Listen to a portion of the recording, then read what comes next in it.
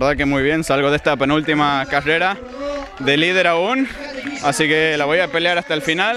Por suerte tengo compañeros de lujo en el equipo, tanto fuera como dentro de la carrera, así que la verdad que las expectativas son buenas y con ganas de pelear por el campeonato. Bueno, bastante mejor. Después del verano, después de la inactividad, no iba muy fino. Quería hacerlo bien en Campeonato de España, Maratón y la última del Open de España para mantener el podium, pero no iba fino. Yo creo que ahora ya estoy cogiendo el ritmo y espero que en la próxima de Calaf salgan bien las cosas.